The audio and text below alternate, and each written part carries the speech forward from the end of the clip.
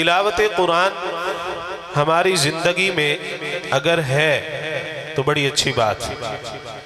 اور اگر تلاوت قرآن نہیں ہے تو اس کو اپنی زندگی کے اندر لے کے آئیں۔ وَرَتِّلِ الْقُرْآنَ تَرْتِيلًا، قرآن مجید کا حکم ہے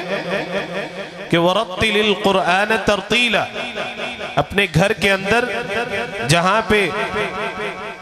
ہمارے سارے معمولات چلتے ہیں، ہماری بیٹیوں کو پتہ ہے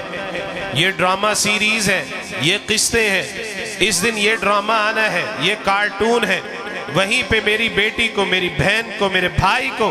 یہ پتہ ہونا چاہیے کہ قرآن مجید کے کتنے پارے ہیں، کتنی صورتیں ہیں، کتنی تلاوت کر لی ہے، یا وہی صورتحال ہے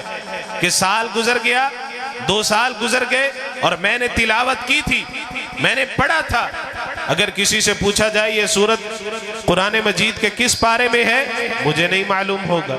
صحابہ کرام اور صحابیات کی زندگی کو پڑھ کے دیکھیے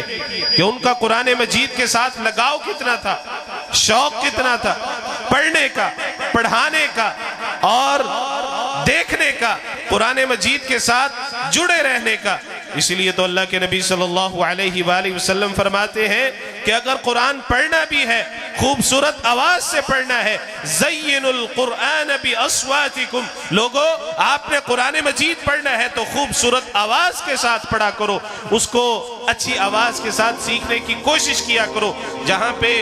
انگلش سیکھ سکتے ہیں، جہاں پہ میری بیٹی، جہاں پہ میری بہن کالج جا کے میتھمیٹکس کے اصول حل کر سکتی ہے، جہاں پہ میں بڑا ذمہ دار جاگیردار اپنی دکان کے سارے حساب کتاب کر سکتا ہوں، وہیں پہ جب قرآن کو پڑھنے کی باری آتی ہے، جب نماز کو پڑھنے کی باری آتی ہے، میں کہتا ہوں جی بڑا مشکل کام ہے، میرے کو قرآن نہیں پڑھیا جاتا ہے۔ ایسا تضاد کیوں ہے؟